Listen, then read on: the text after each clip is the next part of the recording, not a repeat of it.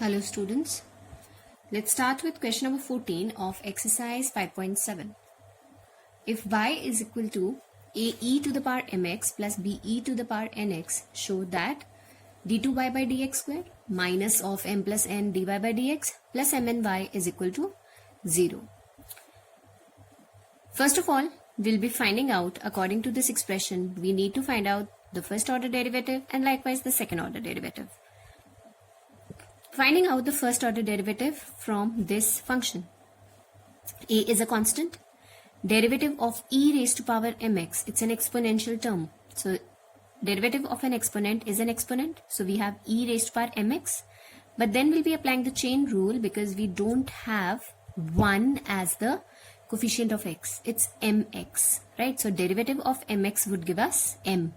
So we have ma e raised to power mx plus likewise derivative, this is a constant, derivative of this is e raised to power nx and derivative of nx is n. So this is what we get.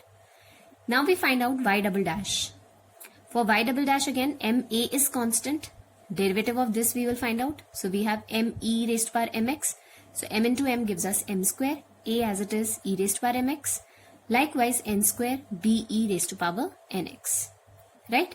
Now we will put these values in the given expression. So on our left hand side, we have y double dash. So we put here instead of y double dash minus m plus n dy by dx, that is y dash is this plus mn, and instead of y we have this. So we will simply multiply it, right? Just cancel out some common terms and ultimately what do we get our answer? We get our answer equal to 0. Therefore, we have proved that LHS according to this equation is equal to RHS. Right? So this is how we are going to do it. Likewise, we move on to question number 15. That is, if y is equal to 500 e raised to power 7x plus 600 e raised to power minus of 7x, show that d2y by dx square is equal to 49y. So we have d2y by dx square.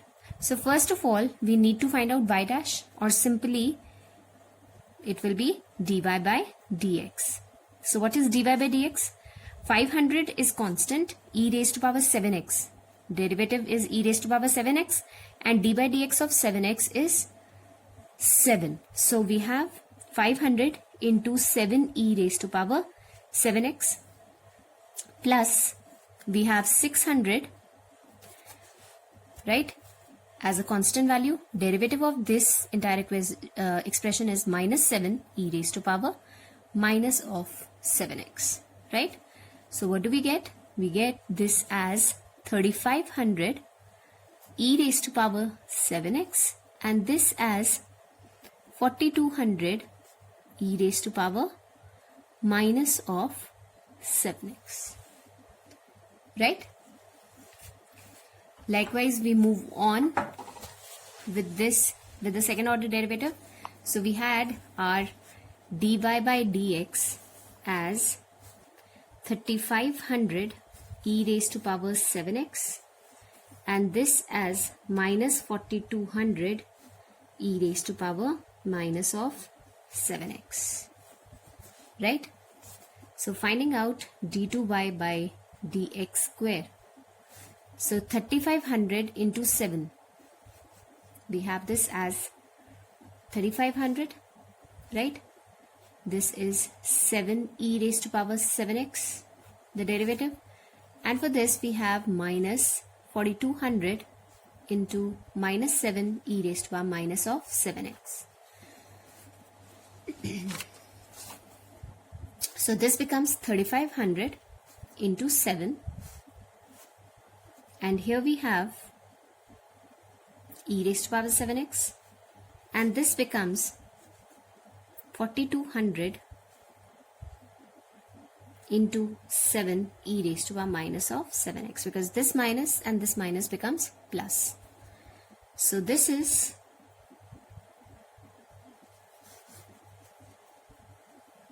d2y upon dx square, right? If I take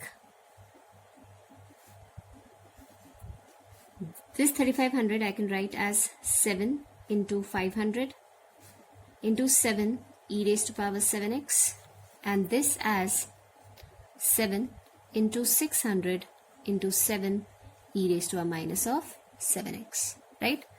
So what I can do is I can take 49 common, because 49, and this also, here also we have 49.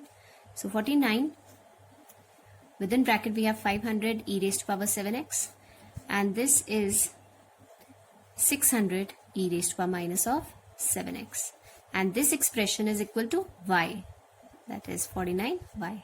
And what did it come out equal to? d2y by dx square is equal to 49y. I hope it's clear. Likewise, we move on to question number 16.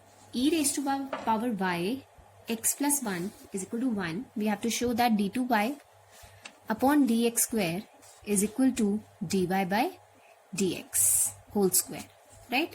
So a simple way of doing this question is, first of all, what we can do is, we can write e raised to power y as 1 upon x plus 1, right? Now e raised to power y is equal to 1 upon x plus 1. What have we done? We have taken all the y terms on one side and all the x terms on one side. Our next step would be taking out the derivative. So we have e raised to power y, y dash, and derivative of this, right? Now derivative of this we can simply find out by the quotient rule. This becomes x plus 1 whole square. X plus 1 here, d by dx of this is 0, which is a constant term, minus 1. Derivative of this is 1. So what do we have? Minus 1 upon x plus 1 whole square as the derivative, right?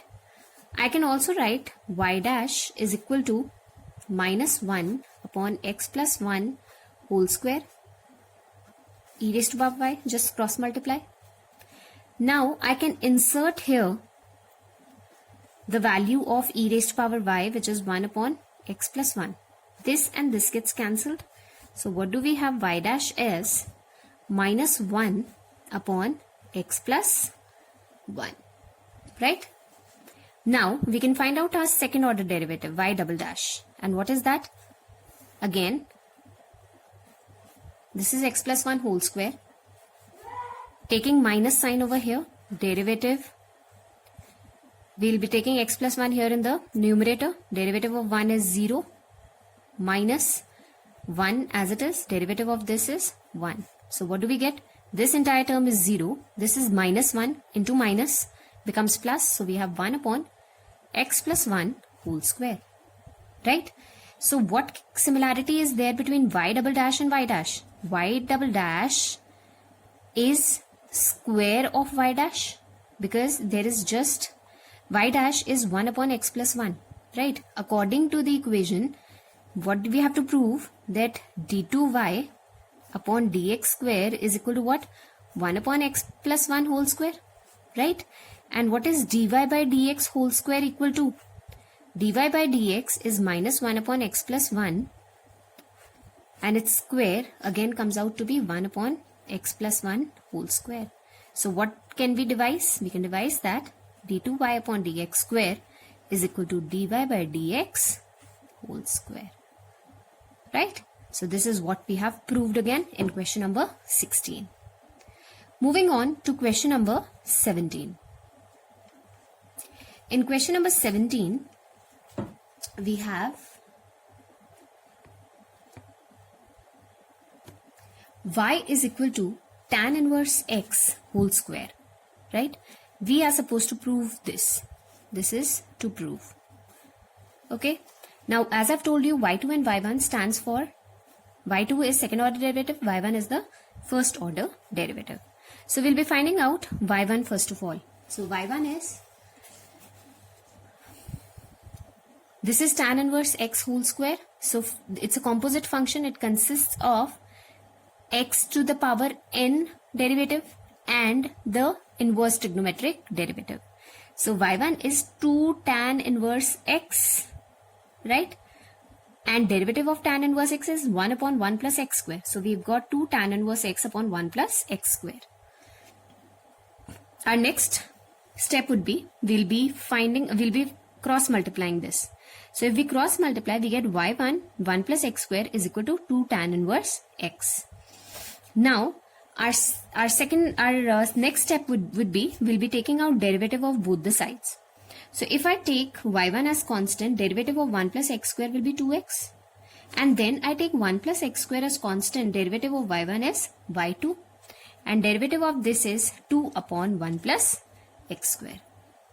Next step again would be cross multiplication of 1 plus x square on the other side. So what do we get? We get here, what we get here is y1 into 2x, x square plus 1 is equal to y2 into 1 plus x square whole to the power 2 is equal to 2, and this is what was required according to the question. So simple it is. Okay, students, please complete exercise 5.7 till here. In the next class, we'll be starting with the mean value theorem and the Rolle's theorem. Thank you.